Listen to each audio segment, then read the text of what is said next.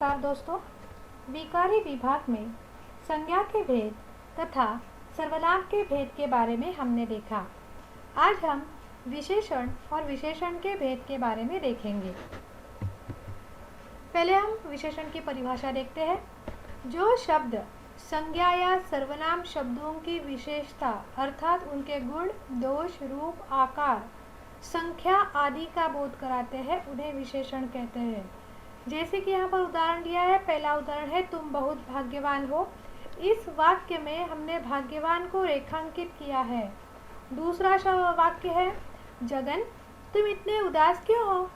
तो इस वाक्य में हमने उदास इस शब्द को रेखांकित किया है। तो दोनों वाक्यों में भाग्यवान और उदास ये जो शब्द है, ये वह शब्द संज्ञा या सर्वनाम शब्दों की विशेषता बतलाते हैं, इसलिए ये क्या है, विशेषण है। विशेषण के भेद देखते हैं। विशेषण के भेद 4 है। गुणवाचक विशेषण, संख्यावाचक विशेषण, परिमाणवाचक विशेषण और सार्वनामिक विशेषण। पहले हम गुणवाचक विशेषण देखेंगे। परिभाषा है इसकी, जो शब्द संज्ञा या सर्वनाम के गुण, दोष, रूप, रंग, आकार आदि का बोध कराते हैं उन्हें गुणवाचक विशेषण कहते हैं। जैसे कि यहाँ पर पहला उदाहरण दिया है, नया ठेकेदार ईमानदार था। ईमानदार मतलब गुण दर्शा रहा है, तो इस ईमानदार शब्द को हमने रेखांकित किया है। दूसरा शब्द है, छोटी बहन तनिक बच्ची थी। तो छोटी मतलब आकार के बारे में यहाँ पर बोध हो रहा है, छोटी को हमने रेखांकित किया है। तो ईमानदार और छोटी ये जो शब्द है संज्ञा या सर्वनाम के गुण तथा आकार के बारे में बोध कराते हैं, इसलिए ये क्या है, गुणवाचक विशेषण है। अभी हम संख्यावाचक विशेषण देखेंगे। परिभाषा है इसकी, जो शब्द संज्ञा या सर्वनाम की संख्या का बोध कराते हैं उन्हें संख्यावाचक विशेषण कहते हैं। जैसे कि यहाँ पर 2 रुपये और 7 मील उदाहरण दिए गए हैं, मतलब संख्या का बोध हो रहा है 2 और 7 से। अभी संख्यावाचक विशेषण के 2 भेद हम देखते हैं। पहला है निश्चित संख्यावाचक विशेषण और दूसरा है अनिश्चित संख्यावाचक विशेषण। तो निश्चित संख्यावाचक विशेषण के बारे में देखेंगे। परिभाषा है इसकी, जो शब्द संज्ञा या सर्वनाम की निश्चित संख्या का बोध कराते हैं उन्हें निश्चित संख्यावाचक विशेषण कहते हैं। जैसे कि यहाँ पर उदाहरण दिया है, कमल मुझसे 4 साल छोटा है। तो 4 मतलब निश्चित संख्या का बोध हो रहा है, इसे हमने क्या किया है, रेखांकित किया है। दूसरा उदाहरण है, पिताजी 1-2 रुपये देते तो मैं अड़ जाता। यहाँ पर भी 1-2 मतलब निश्चित संख्या का बोध हो रहा है, उसे हमने रेखांकित किया है। तो रेखांकित शब्द कौन से हैं, 4 और 1-2। ये जो शब्द है संज्ञा या सर्वनाम की निश्चित संख्या का बोध कराते हैं, इसलिए ये क्या है, निश्चित संख्यावाचक विशेषण है।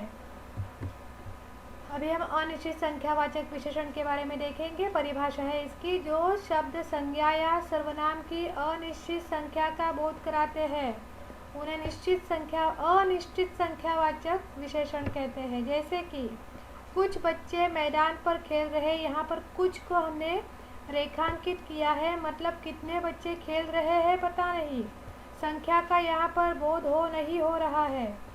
दूसरे वाक्य में भी क्या है, बगीचे में कई तरह के फूल हैं, मतलब कितने फूल है पता नहीं, यहाँ पर कई इस शब्द को हमने रेखांकित किया है। तो पहले वाक्य में हमने कुछ और दूसरे वाक्य में कई को हमने रेखांकित किया। ये जो शब्द है संज्ञा या सर्वनाम की अनिश्चित संख्या का बोध कराते हैं, इसलिए क्या है, अनिश्चित संख्यावाचक विशेषण है।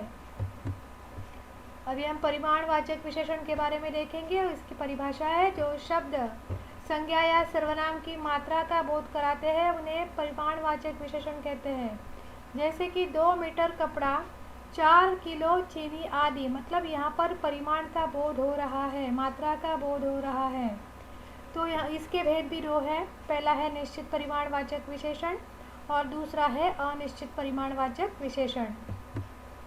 पहले हम निश्चित परिमाणवाचक विशेषण के बारे में देखेंगे। इसकी परिभाषा है, जो शब्द संज्ञा या सर्वनाम की निश्चित मात्रा का बोध कराते हैं उन्हें निश्चित परिमाणवाचक विशेषण कहते हैं। जैसे कि रामलाल ने 5 किलो चावल लाए, तो यहाँ पर 5 किलो मतलब परिमाण का बोध हो रहा है। दूसरा है, दूध वाले ने 2 लीटर दूध दिया। दूध कितना दिया है, 2 लीटर दूध दिया है, तो लीटर मतलब परिमाण का बोध यहाँ पर हो रहा है।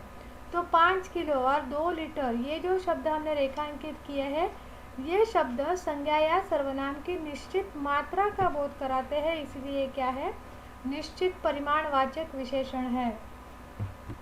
अभी हम अनिश्चित परिमाणवाचक विशेषण के बारे में देखेंगे। जो शब्द संज्ञा या सर्वनाम की अनिश्चित मात्रा का बोध कराते हैं उन्हें अनिश्चित परिमाणवाचक विशेषण कहते हैं।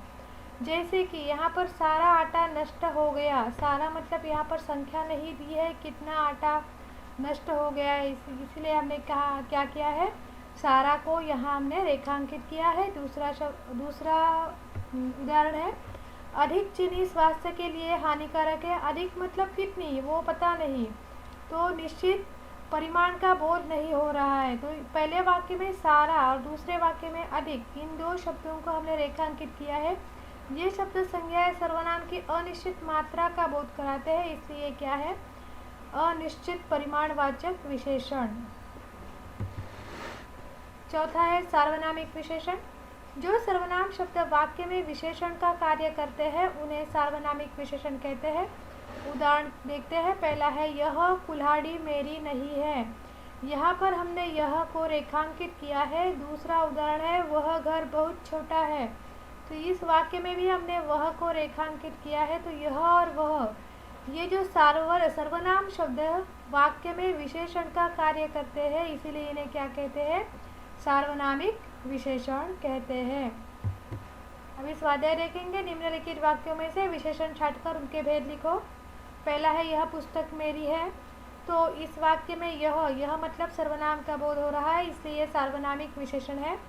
दूसरा है, उसके पास बहुत धन है। तो बहुत मतलब परिमाण पता नहीं कितना धन है, इसीलिए क्या है, अनिश्चित परिमाणवाचक विशेषण है। तीसरा प्रश्न है, वहाँ कई लोग खड़े हैं। पता नहीं कितने लोग खड़े हैं, इसलिए क्या मतलब इस वाक्य में संख्या का बोध नहीं हो रहा है, इसलिए क्या है, अनिश्चित संख्यावाचक विशेषण है। कोयल का स्वर मीठा है। मतलब मीठा मतलब गुण दर्शा रहा है, इसलिए ये क्या है, गुणवाचक विशेषण।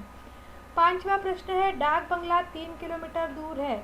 तो 3 किलोमीटर मतलब निश्चित परिमाण का यहाँ पर बोध हो रहा है, इसलिए क्या है, निश्चित परिमाणवाचक विशेषण है। इस प्रकार हमने विशेषण के भेद देखे। धन्यवाद।